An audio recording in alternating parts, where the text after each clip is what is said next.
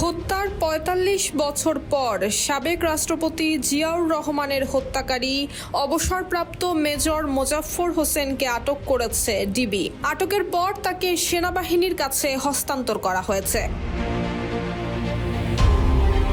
১৯৮১ সালের ৩০ মে চট্টগ্রাম সফরে ছিলেন তৎকালীন রাষ্ট্রপতি তথা বিএনপির প্রতিষ্ঠাতা জিয়াউর রহমান। উদ্দেশ্য ছিল দলের অভ্যন্তরীণ বিরোধ মীমাংসা করা। অবস্থান করছিলেন চট্টগ্রামের সার্কিট হাউসে, কিন্তু তার সেই সফরই পরিণত হয় বাংলাদেশের ইতিহাসের এক কলঙ্কিত অধ্যায়ে।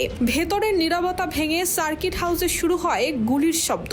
অল্প সময়ের মধ্যেই নিহত হন সাবেক এই রাষ্ট্রপতি। এই হত্যাকাণ্ডের পর দেশ জুড়ে শুরু হয় সামরিক অভিযান, বিদ্রোহ দমন করা হয়, সামরিক আদালতে হয় বিচার এবং সংশ্লিষ্ট অনেকের বিরুদ্ধেই কার্যকর হয় শাস্তি। তবে এত বছর পরেও এই হত্যাকাণ্ড ঘিরে নানান প্রশ্ন এবং বিতর্ক রয়ে গেছে।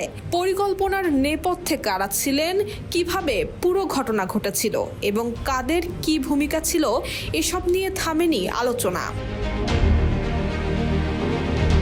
এমন প্রেক্ষাপটে দীর্ঘ ৪৫ বছর পর অবসরপ্রাপ্ত মেজর মোজাফফর হোসেনের আটক নতুন করে এই মামলাকে আলোচনায় নিয়ে এসেছে। News desk, Bangladesh bulletin.